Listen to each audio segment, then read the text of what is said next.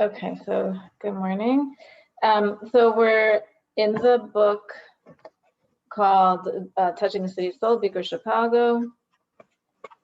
And this is, actually, we're going to be doing a mimer now, like this, or on page 40 in the book. I think it's actually class 8, but it's the first class of a new section of the book. The book is in different sections, and we're on page 40, which is a mimer, a Hasidic discourse that was said on Sunday, the 7th of Shvat, by the previous Rebbe when he arrived in Chicago. He arrived in Chicago that afternoon, I think at 4:40 or something like that. And this was at 8 o'clock that evening. People gathered to receive him in Chicago, and he said this Maimar Hasidic discourse. So we know that in general, we've talked about before that Hasidic discourse is different than just a teaching. It has some level of Ruach HaKodesh, some level of divine inspiration, like a mini prophecy. So it brings out a new idea, a new teaching from the innermost dimensions of the Torah, of Hasidus. It's a new, sort of a new explanation, or sheds new light on an idea in Hasidus or an idea in Torah. So this, as most maamarim are based on either a pasuk in Torah or a piece of Gemara, or it takes a piece from the revealed Torah, from Nigla, and it expounds on it and develops it on another level, like I said, there's 70 interpretations for every letter in Torah. So this takes a new, deeper level of explanation on something in Torah. So the pasuk that this particular mimer is based on is Batach B'Hashem v'asei tov shachain eretz u'rei emunah, which, as you see in the translation there, says, trust in God and do good, dwell on the land and be nourished by your faith. So this explanation, this Hasidic discourse, is going to be explaining this verse. So the beginning of the, and this is the first section of the mimer. We're probably going to do what is officially the first section of the mimer, which is called Ois Aleph. The mimer is usually broken up into sections. So we'll probably get through the first section today. But of the first section, this is a subsection. This is the first subsection. So here we go. Trust in God and do good, dwell in the land and be nourished by your faith. The verse includes 4 clauses. Trusting in God, right? Doing good, living a tranquil life, which is how he's explaining Shachain Eretz, dwell in the land, meaning dwell peacefully, and be nourished by faith. Those are the 4 things that it talks about in the pasuk. 2 of the 4 are instructions and cautions, and 2 are an assurance. Trusting in God and doing good, where it says trust in God and do good, are instructions and a caution. In other words, we're being told we should trust in God and we should do good. One who does these 2 things is guaranteed a life of tranquility and that he will be nourished by his faith. So that's what the previous Rebbe means by assurances, that the result of trusting in God and doing good means he'll dwell in the land, meaning he'll dwell, and he'll be nourished by his faith. Now, of course, I'm sure this raises lots of questions. What's the definition of a tranquil life? And so on, which, as the mimer continues, we're going to be talking about different ideas, but the previous is really going to be spending most of his time at the moment talking about trusting in God. So, but just on an aside, if anybody has the sort of, I don't know what the word is, clout or something like that, to be able to say a comment like that, the previous Rebbe definitely did not have what most people would call as a tranquil life, right? He came to America. He's saying this in America. His life until he came to America was, I don't know if anybody could define it as tranquil. You know, World War I, Communist Revolution, World War II. You know, his own daughter and son-in-law were killed in the Nazi war camp. He was in the Warsaw Ghetto. Like, this was not a tranquil life. But yeah, he says this is what it means. So it's worth just listening to his explanation, because of who he is, and then plus when you add to it his spiritual connection to Hashem and his abilities as a Rebbe, you know, the Ruach HaKodesh aspect of it even more so. Like, if it was a regular person who could make that statement, having lived the life he lived, it'd be worth listening to how he explains it and how he can, you know, incorporate that. But anyway, as I said, his main thing is now actually going to be the trust in God part. I'm curious of doing this. My thing is that I'm a Chicago girl, like born and raised here, and why he would choose, you know, there has to be something about the people, the community at that time, and to relate to maybe. Well, you're going to see as we go through this maamarim, I mean, and everything else in the book, I think it appears that the previous Rebbe felt that it was his job to make sure that Chicago sort of tightened up its Torah mitzvah observance while he was talking to them. So he's going to be spending a lot of time talking about the importance of trusting Hashem and leading a Torah life. That's really the theme that comes up again and again. And later on, there's like a memoir almost. I don't think I didn't honestly read ahead. You did, you're saying? I did not. Oh, you didn't. But later on, there is a memoir of one of the people who was there that talks about like the different things, and I don't know. You'll see when we get to that. I think that's going to be exactly what you're looking for, Sarah. Like, oh, okay, great. It's at the end of the book. It's a description of the Lubavitcher of his visit to Chicago, written by a rabbi in Chicago, and he's okay. He really talks. Read ahead. Yeah. Okay. Okay. Thanks so much. No spoiler alert, though. Okay. You know, spoiler. No, I won't. Don't worry. Don't worry. Okay. But you might find that interesting to do, and then, you know, I might address some of what your questions are. Okay. Thanks so much. Yeah, sure. Okay. So Rashi, who is one of the main commentators on the written Torah, especially the Chumash, but on the written Torah and even other parts of the Torah, Rashi explains the verse as follows: trust in God and don't say, if I don't rob and steal, or if I give charity to a poor person, how will I support myself?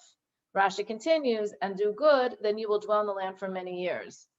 Meaning, you don't have to think that you have to rob or steal or not give tzedakah in order to make a living. Like, that's what trusting in Hashem means. Like, that don't Hashem is going to provide, even if you are giving away 10% of your earnings the way Torah says you should, and even if you're not robbing and stealing, Hashem will provide. And do good. If you do that and you do good, then you will dwell in the land for many years. So nourished by your faith. What is nourished by your faith? That's what trust in God means. What does and be nourished by your faith mean? Nourished by your faith, you will eat and be supported because of the reward for the faith you had in God, and that you relied on Him and did good. Meaning, that's what Rashi says. That what does it mean? Trust in Hashem and do good, dwell in the land to be nourished by your faith. Trust in Hashem. Don't say, oh, I have to rob or steal or not get stuck in order to earn a living.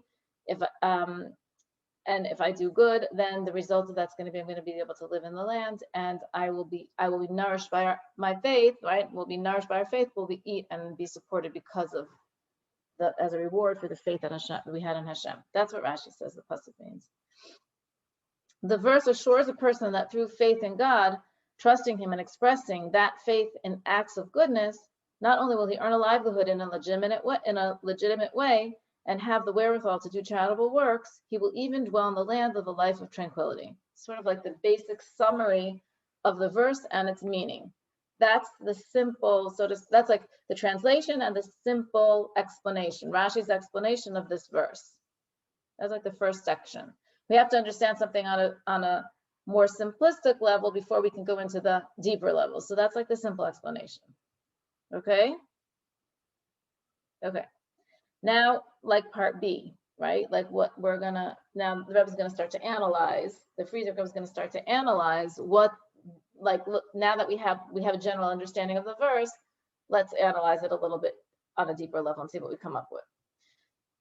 So the four general concepts mentioned in this verse can be subsumed under two general categories: faith or belief, emunah,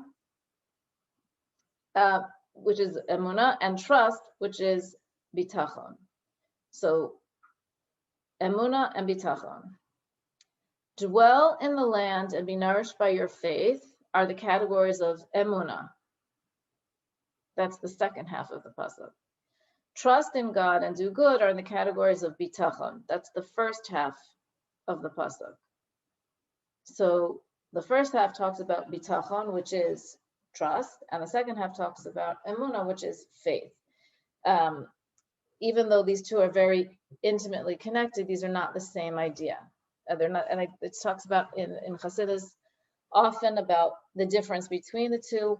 Rabbi Freeman spoke about the difference between the two at our luncheon, on luncheon Malav Malka on Zoom this year, where he talked about the difference, sort of trust is before the fact, faith is after the fact, right? Trust is, this is a whole different conversation, but it's gonna relate a little bit to what it's talking about in the maamarim, the idea that we have trust that everything's going to work out okay, and that it's going to be revealed good, and it's going to be the way that we want it, and what we're expecting, what we'd like to happen.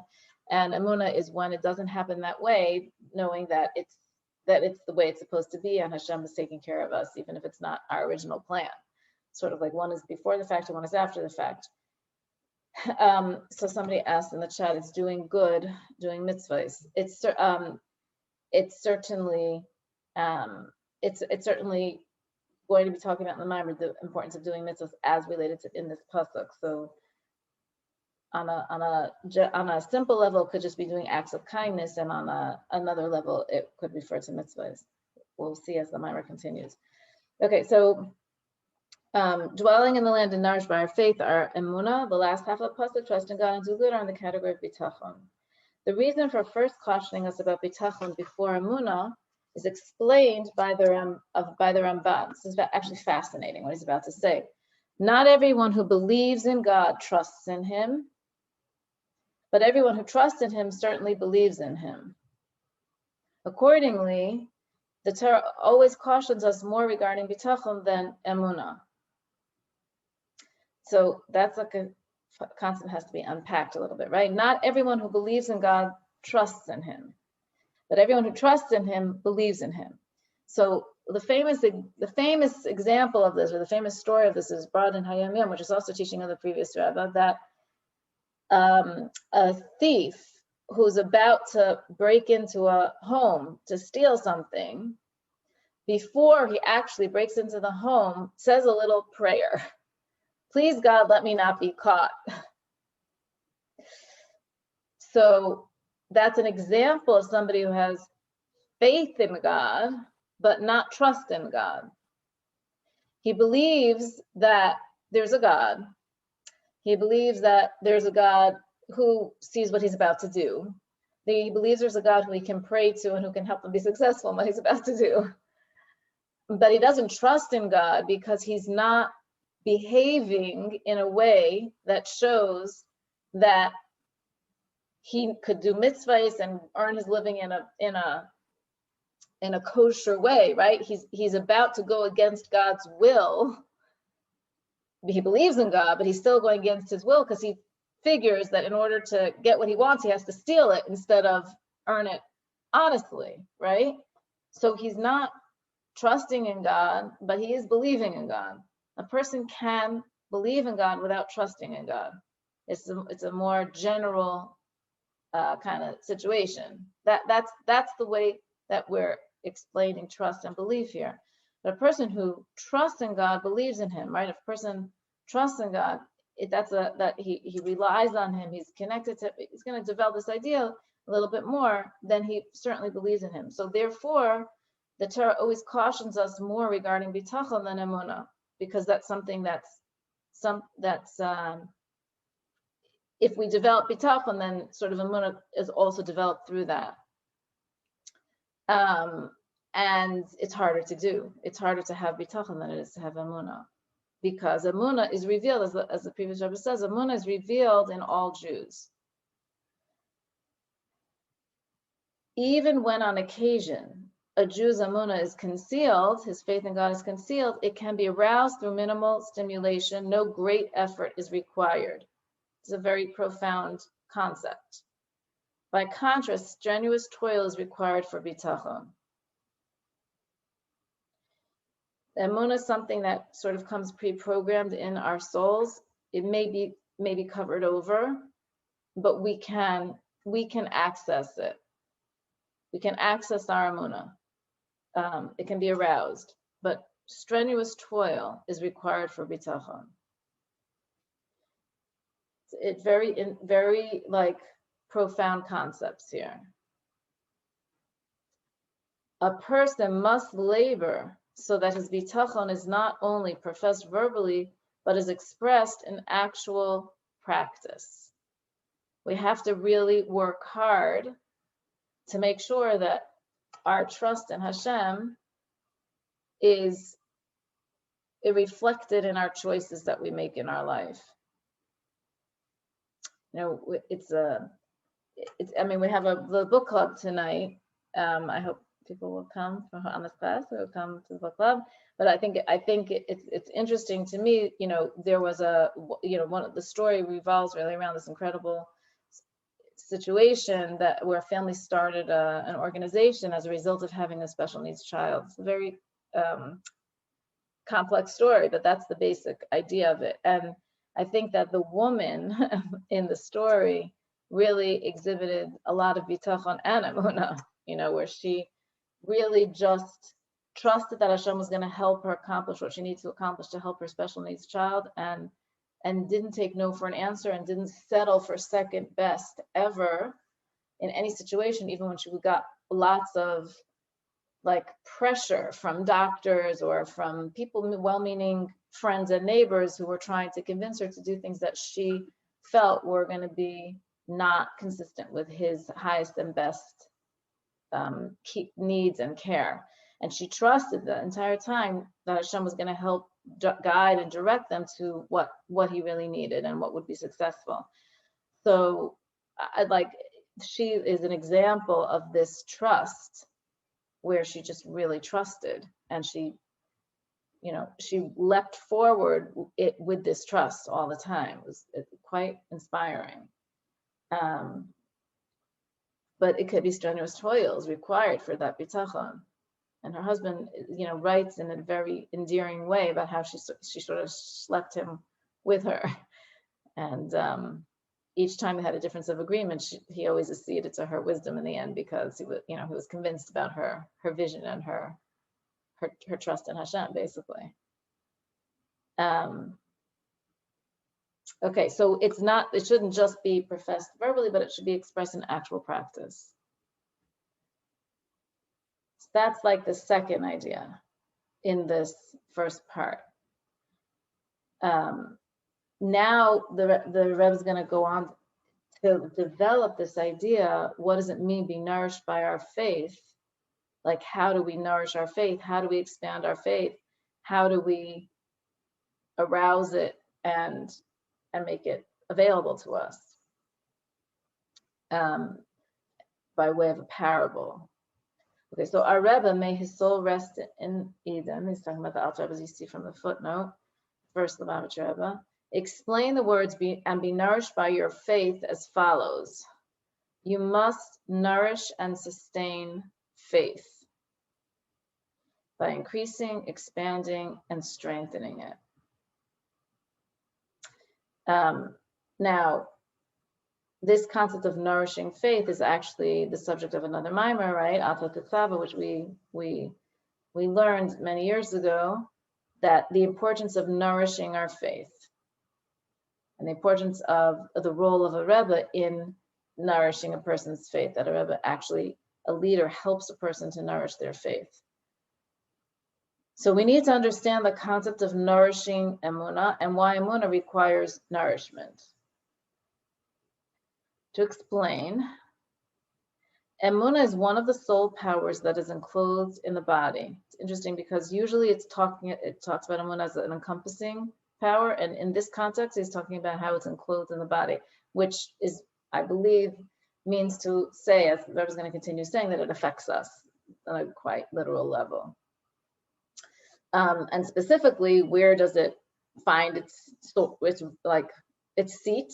In the inner recesses of the brain and the heart. Notice he says in the inner recesses, in Hebrew it's ba'emek pnimius halev hamayach halev, in the depths, in the very inner depths. It's not something that's like necessarily right on the surface or easily accessible necessarily, but it is something which is found in the inner recesses of the brain and the heart. So it's not like simple to explain or simple to analyze. It's like a very deep understanding. The manner in which emunah is enclosed within the brain and the heart transcends human comprehension, right? It's not a simple, like analytical, in your mind type of a thing. It's something that's how it's an encompassing thing, right? It's above the ability for a person to completely understand, but it does reside in the innermost parts of the brain and the heart. Just as the manner in which the light and life force of the nefesh is enclosed in the various parts of the body is wondrous, since they are polar opposites.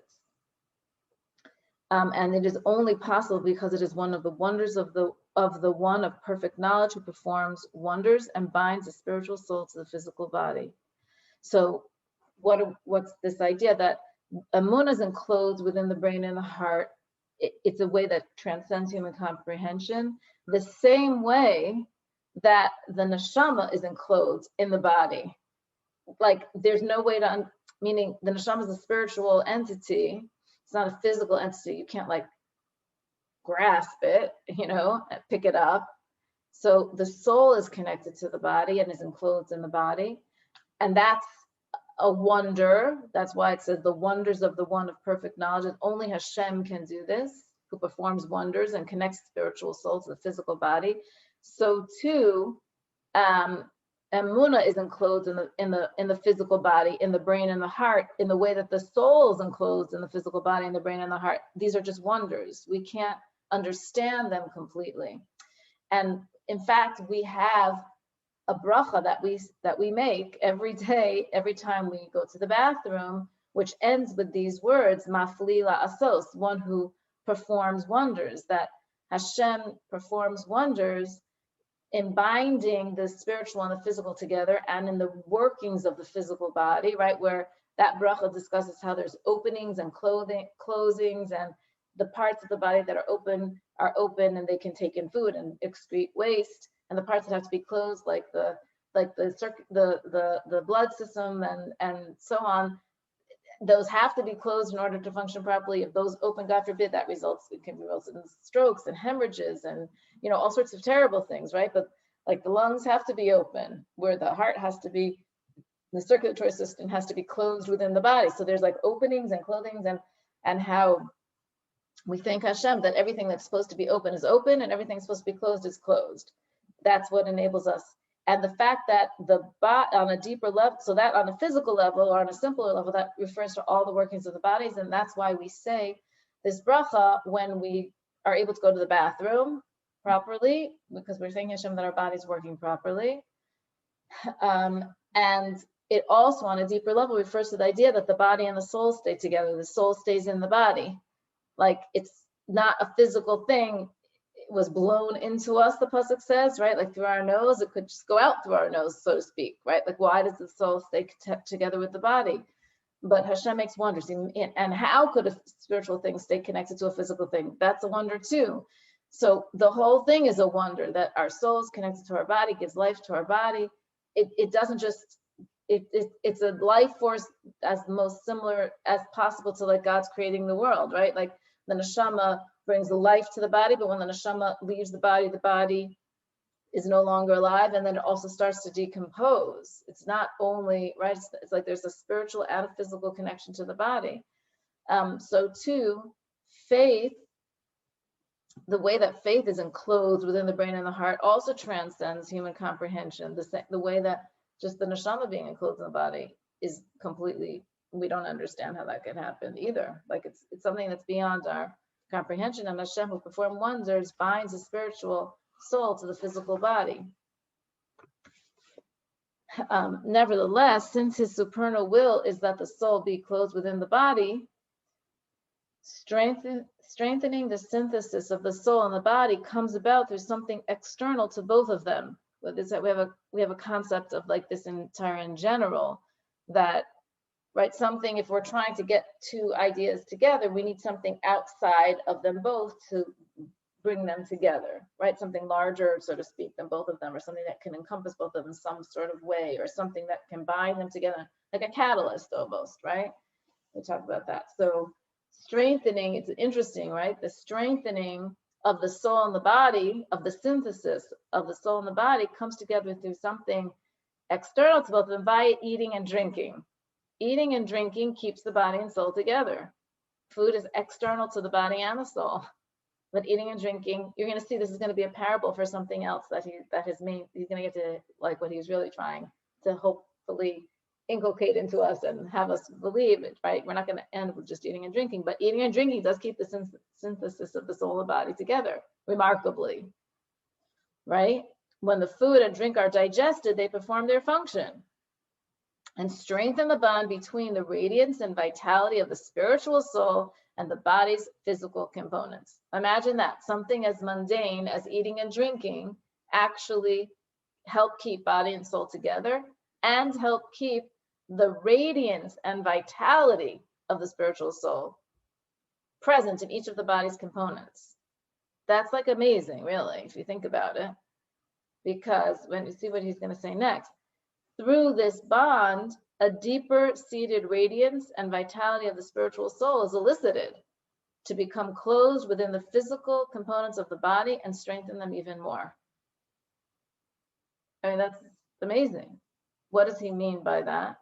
As we see clearly, when a person does not eat or drink for an extended period, his spiritual faculties become weakened and they do not perform their functions properly, right? If a person's eating and drinking, he can function better than when he's not eating and drinking.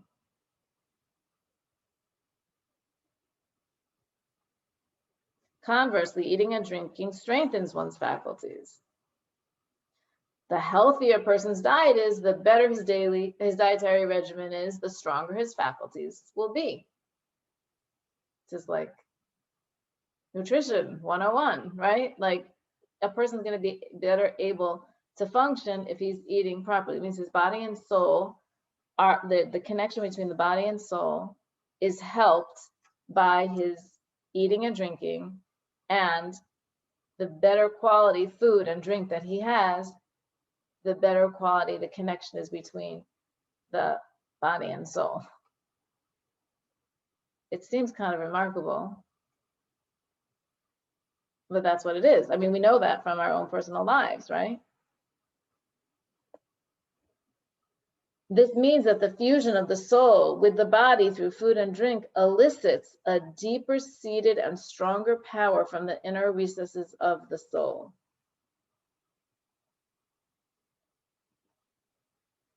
It means that it's not just a physical thing that happens. Somehow it acts as a catalyst to bring out more from the soul, more connection. Furthermore, eating and drinking strengthens all of a person's organs and limbs. Right? That's even the most delicate ones, the ones that maybe you would think would only be sustainable by spiritual things. But no, even the most delicate ones. What are the delicate ones? Such as the brain tissue, which is the receptacle for the light of the intellect. Right? The brain is affected by what we eat and drink, and also strengthens the faculty of the intellect itself, an extremely lofty spiritual power, right? Person can think better, when they've eaten and drunk better, they have better food, higher quality things. Right? It's kind of amazing. But that's what happens. We actually see a deeper connection from a more powerful part of the soul based on our eating and drinking. Although eating and drinking are physical acts, nevertheless, they have an effect even on the most refined and sublime faculties. Now remember, why are we talking about eating and drinking? Like, what's the idea of talking about eating and drinking? We're talking about how we can, what does it mean to nourish and sustain emunah? We have to increase, expand, and strengthen our emunah. So why would we need, why do we need to do it? And sort of like, what does that mean?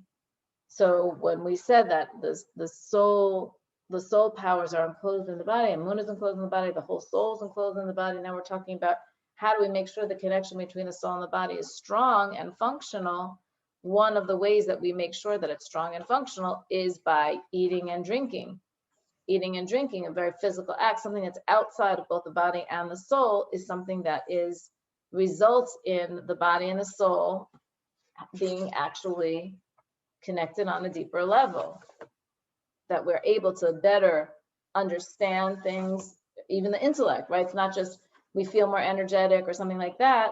The Free Jacob was saying here, even it strengthens a person's organs and limbs, right? So maybe a person has more energy, they can move around more, they can walk more, they can do things on a physical level more, but it also has an effect on the delicate organs and limbs, even the brain. A person can think better, have a clearer mind based on what food they're eating and that they're eating. This is all very, there's a very tangible, extremely tangible result from all of that eating and drinking.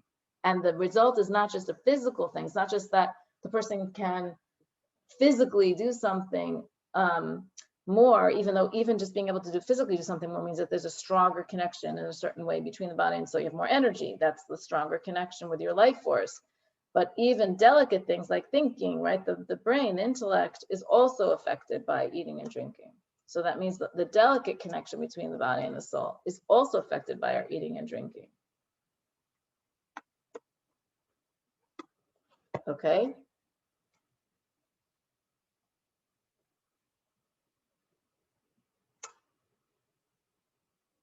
Questions?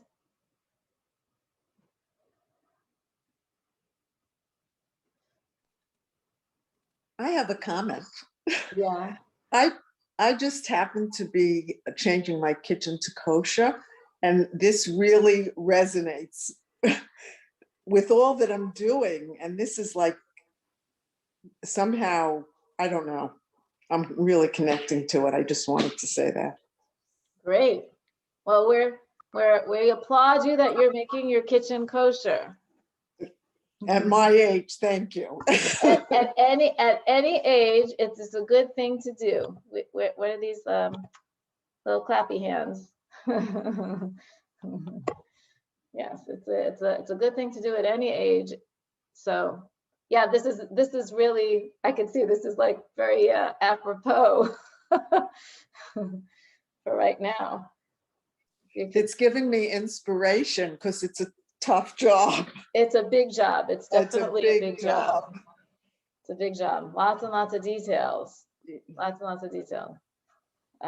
Yeah. So this idea of it connects, or it affects the connection of the body and the soul. The food that you eat. So certainly the kosher food, the healthy food, that's like, we have the best kind of connection when we have kosher food and healthy food at the same time. So yeah, good for you. But I think we all feel this, we just feel this, right? Like at the end of Yom Kippur, and then we take a drink of water even, and we're like, whew, like, okay, we feel a little better now. We feel a little revived now. It's like there's that connection between the body and the soul gets a little stronger, right? Okay, any other questions or comments? Okay, so next page, page 46. So the analogy of the positive effects of food and drink on all aspects of the body is now applied to the concept of nurturing emunah. Right now, that's the whole reason why what we're trying to do is explain what is the idea of nurturing emunah. How do we nurture our faith? What's the idea of nurturing faith? So the previous Rebbe says, the same applies in the divine service of nurturing emunah, nurturing our faith. One must nourish and sustain emunah, strengthening it in every way. As our Rebbe, may his soul rest in Eden, explained, so this is also referring to the Alter Rebbe, as you see in the footnote, or this is referring, yeah, I think this is referring still to the Alter Rebbe, it's footnote 3, right? Increasing and expanding it. This means that the power of emunah must pervade all of one's faculties and be expanded within them in an abundant manner. Just like we want our soul to be pervading all of our faculties, right? We want our emunah to pervade all of our faculties. How do we do this? This is achieved by further strengthening oneself through the service of Torah and mitzvahs, with spiritual and physical exertion, in conceptualizing, understanding, and bonding with a divine concept. I'm going to go back to that paragraph in a second. I just want to finish the sentence. I'm going to reread that sentence. How do we nourish and sustain our emunah, strengthening it in every way? We want it to pervade all of our faculties. How do we do that? This is achieved by further strengthening oneself through the service of Torah mitzvahs, with spiritual and physical exertion, in conceptualizing, understanding, and bonding with a divine concept.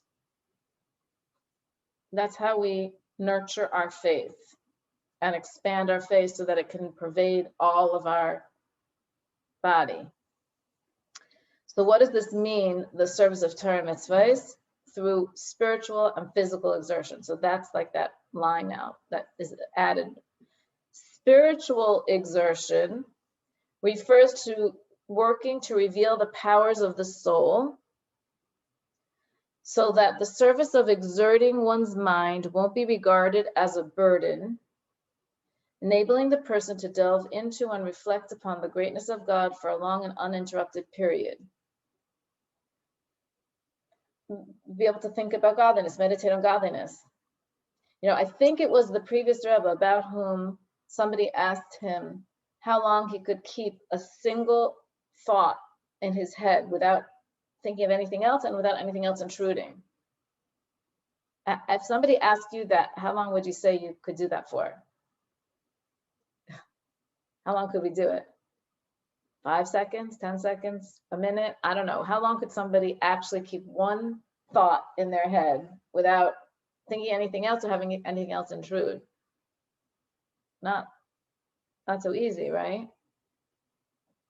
A few seconds, maybe. I don't know, maybe a minute. Maybe somebody who's really schooled in meditation could do it for a few minutes. I don't know.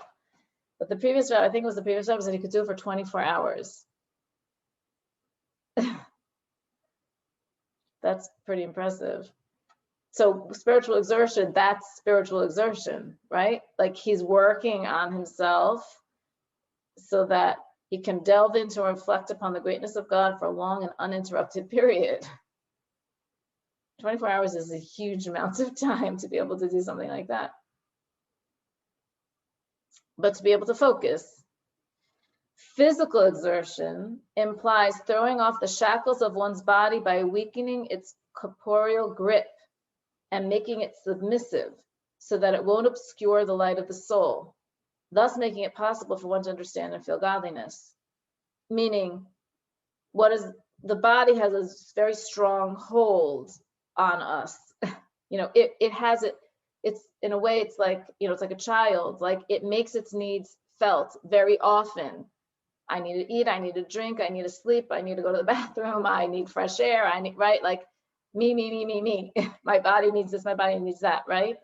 Physical exertion implies throwing off the shackles of one's body by weakening its corporeal grip and making it submissive. It's like you're hungry, but you know, everybody does this to some extent, right? If a person ever had a crying baby, and they had just sat down to eat breakfast because they were really hungry, and then their baby woke up and was screaming, right? It's like, okay, I have to eat later. My baby woke up screaming, or my baby, you know, just threw up all over themselves, right? Like we know that sometimes we think we must do this.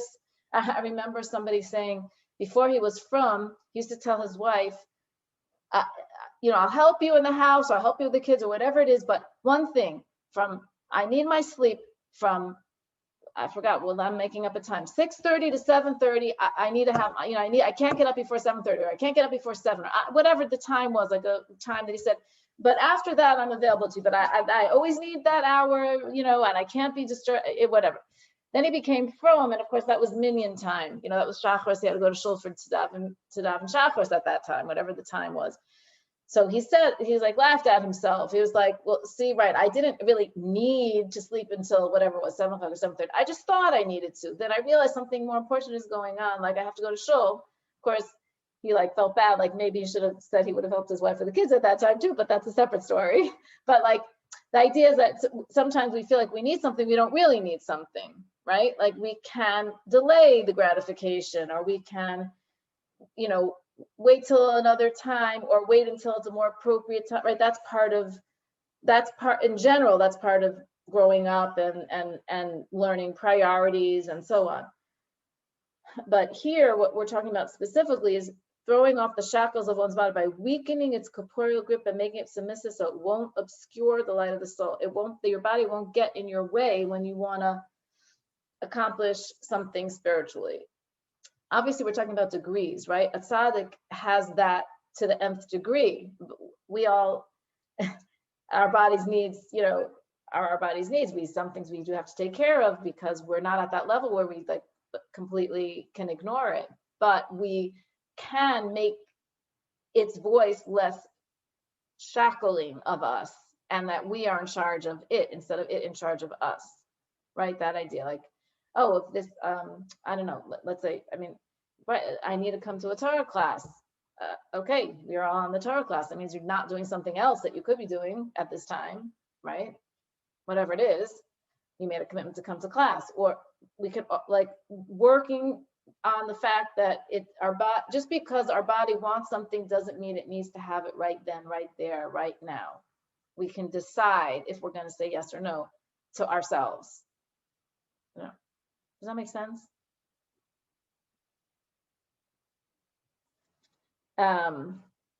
So we want to make it could be submissive. I mean, I actually, so in the Tanya it talks about delaying eating something, like when you want something, like to practice like self-control or something like that. I've actually seen a regular person, I'm saying, like, I mean, maybe he's a hidden tzaddik, I don't know, but like, you know, like not somebody who's known to be a tzaddik, just like a regular person in the community. I actually watched him eat. He delayed certain parts of his meal in that way. I thought it was interesting. I don't know if that's what he was doing, but that's what I saw.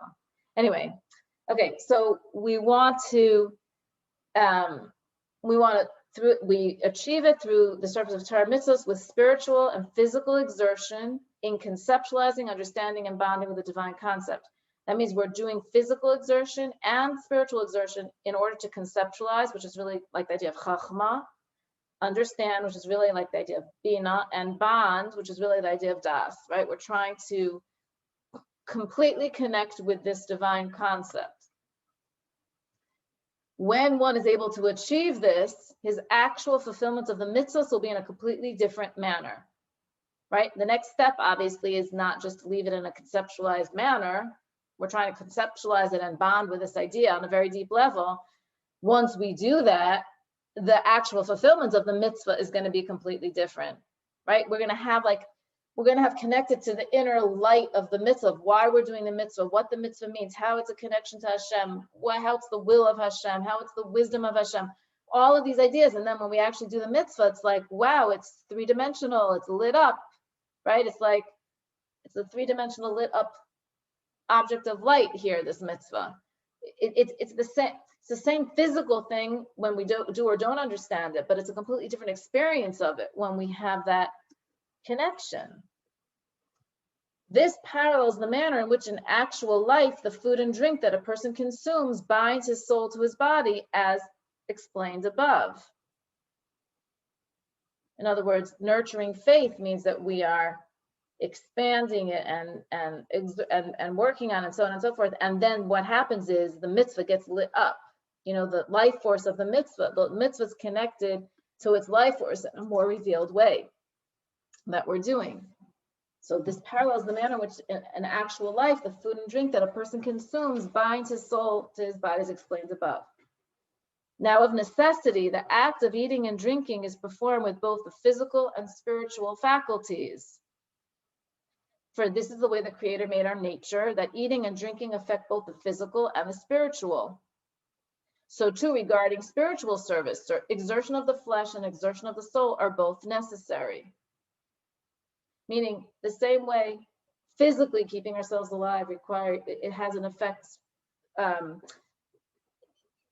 eating and drinking, which keeps our body and soul together, has an effect physically and spiritually. Spiritual service, exerting, it needs the exertion of flesh and the exertion of soul as well. Not just for physical life, but for spiritual life. We need to have the exertion of body and flesh. There's an interesting story that's told. I think it was also actually with the previous Rebbe but I'm not sure about that. It may have been the Rebbe Rashab. I think the Rebbe Rashab may have been the head of the yeshiva, and he instructed the previous Rebbe, who was young at that time, to oversee this happening. I don't remember all the details of the story. Maybe somebody will remember more details, but there was a bachar who came to, a young man who came to the yeshiva who was very unrefined. A grub is the term in Yiddish, like very, like, I don't know, maybe a little ego, too much ego, thought a little bit too much of himself, not refined, didn't do anything wrong specifically, but like not refined. And the Rebbe, I think it was the Rebbe Rashab, instructed the Frierdiker Rebbe to tell him that to have this bachar, he had to do physical labor in the yeshiva. I think it was in preparing for Pesach. Like he had to do like the physical scrub, whatever, he wanted to do physical scrubbing. That was something that he couldn't like get around. It was like you could see physically it was done, not done. It was a lot of hard physical labor. And then when he was done with that, there was a certain maimer or a number of maamarim that he had to memorize and report back to Rebbe, like by the next morning, his learning. So he had him do like physical labor and spiritual labor, and then report to him, I think it was Erev Pesach, with like the finished product. So, and he said that from this like physical exertion and spiritual exertion, the boy completely refined himself, became like a different person, like the whole coarse hide had been scrubbed off of him. So, well, you know from koshering your kitchen, right? That there's a lot of physical activity in koshering your kitchen. Mitzvahs have a lot of physical activity with them. Most mitzvahs have a lot of physical activity with them. Certainly, we're not that long away from Pesach. Just Pesach Sheni yesterday. I'm saying Pesach requires a lot of physical activity. Yontif Shabbos, these things require a lot of physical effort. It's not just spiritual effort, right? So we're saying, so too, regarding spiritual service, exertion of the flesh and exertion of the soul are both necessary. The same way the act of eating and drinking is performed with both physical and spiritual faculties. Spiritual service, we also need to exert the physical and the spiritual. In addition to actually fulfilling the mitzvahs with love and awe, one must also spiritually toil to clarify and explain to oneself the intellectual understanding of the godly concepts until the concept can be felt, thus strengthening one's fulfillment of Torah mitzvahs. This idea of the concept can be felt. I mean, the previous speaks about it in many other places as well. He's talking about like the physical body feeling this godly understanding, that a person works so hard on understanding something, like with his intellect, basically, but it's not just with his fleshy intellect, but with his sort of divine intellect, that he should actually feel it in his body. He should feel the love and awe in his body. He should feel the understanding of this divine concept in his body. You know, there's a story, I think it's of Menachem of Chernobyl, that I'm not sure I could look it up in Hayom Yom, so it says that somebody became heavy from saying Amen Yehei Rabba to Kaddish, to saying Amen Yehei Rabba Mevarach, that responding when the Kaddish was said in Shul, that his holy name, Hashem's holy name, should be blessed. He felt that so intensely that he actually became heavy physically from it, from the enjoyment of it, as if he had eaten, chocolate cake and become heavy from the enjoyment of the physical thing that he was eating. He became heavy from the spiritual enjoyment. His body felt the spiritual enjoyment of saying Amen Yehei Rabba, like to such an extent, to such a degree. So here, the Rebbe is talking about we have to work hard at getting our spiritually and physically, right, physical exertion, which means not letting the body sort of get in our way, to nurture our faith and to have our faith be expanded in us so that we can learn and understand and connect to the ideas of Torah and how they and what they're like, and those are like the neshamas of the mitzvahs that we're doing. And then when we do the mitzvah, our mitzvah is done in a completely different way. So in modern parlance, probably you would use the word inspire, right? Like that's maybe an overused word, but that's really the idea that he's talking about, is that really this exertion of body and soul connects us to the ideas in Torah, which gives life to the mitzvahs that we're doing. The same way eating and drinking sort of gives life to our physical body in a certain sense. So, but it also affects us spiritually. So the same way our physical eating and drinking affects us spiritually and physically, our expanding of our faith, our working on our faith needs to affect us also both spiritually and physically. There's going to be a result physically and spiritually. One of those results is that our mitzvahs will be lit up in a different way. And another result will be that we'll connect to the ideas with our understanding that until the concept can be felt by us, physical beings, thus strengthening one's fulfillment of Torah mitzvahs. So in answer to Sarah's question at the beginning of class, it seems like this is what the previous Rebbe felt was very important for anybody, but he's talking to Chicago, he's talking to a community, a Jewish community that's right after the Holocaust and everything else, or not even after. It's like strengthening our faith and giving life to spiritual life. So that's like the first section of the maamarim. The second ice begins on next time. I guess next time, Rosh Hashem, we could do that. And he's going to talk more about this idea. Obviously, it's still the same maamar. I don't know if there's questions. Do we have time for questions? Yeah, I'm saying, are there any questions?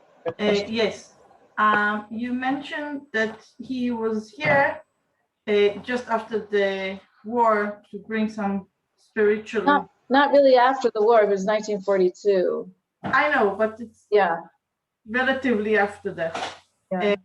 My question is, I wasn't aware of it until this morning that many Chabad houses are literally closed around the world, and they are either coming back to the United States or going to Israel because they cannot live wherever they used to live. So I'm not I didn't hear what you said. I'm sorry, I didn't hear what you said. I didn't hear what you said. It like got blocked. Many now? Yeah, I could hear you, but I just couldn't hear the beginning of what you said. It got a little garbled. Okay, so I'm not sure how much. I was just aware of it as of this morning, but I didn't know that very many Chabad houses around the world are literally closed, and the people are leaving their place of living, and they're either coming back to the United States or going to Israel. They are not providing any more spiritual guidance or support or anything like that in where the shlichus was. Can you tell us anything about it? Did you hear of it? I mean, I know there's a lot, Corona has wreaked havoc in some areas more than in other areas, but I mean, I'm hearing about shluchim who are here, even though there's like 17 Jews in places, or they left during Corona and they came back when they could get back into the country. You know, they had to leave and then they came back. I don't know. I don't know more information. Okay. Yeah. Because we spoke about the fact that he came here to provide some kind of spiritual guidance, and that's He came here on the request of the community. The community invited him to come and pressured him for a long time to come, and then he eventually agreed to come. There was a Jewish community here. got it. Okay, thank you. Please don't forget to send the image. Any other questions or comments? Yeah, I have a question. It says, I mean, it didn't say that the Rebbe did it, but you were saying the Rebbe did just thinking about things for a long time. So does that mean that he would actually spend time just in his own thoughts, or would he just be, as he was doing his regular daily things, he would just, because it looks like he just specifically spent time only thinking, but I don't know how practical that is. Yeah, I mean, I can't answer that question with any kind of authority. I'm sure that there's times of the day that every Rebbe would spend time meditating on Hashem. Like there's definitely situations where they would describe how, you know, they would see Rebbes in some sort of a trance, different stories that talk about those kinds of ideas where it's a meditation on either on a concept in Chassidus or on a thought about Hashem or something like that. I think we have that kind of idea. Basically, many people who have, you know, serious spiritual lives or great leaders, they talk about times where they would meditate on Hashem, or, you know, get lost in a thought of davening when they were in the middle of davening, or get lost in a thought of Torah thought that they were doing. I don't think that anybody could. I mean, I certainly don't know how long, how often, how much. You know, it's a private thing. I wasn't there. I couldn't tell you. You know, I don't think the Rebbe was saying that he did it for 24 hours. I mean, when would he put on tefillin? And I'm saying, I think he said he could. I don't think that he said he did, or that he made a regular practice of it or anything like that. Yeah, I don't know if that really answers your question, but that Okay. idea. Yeah. Yeah. Okay. This really helps when you say your brachas before you eat. When you say hamotzi, when you get to be more mindful about what's really happening, and spiritually, not just physically, but spiritually, even physically. This was really very inspiring. It was very inspiring.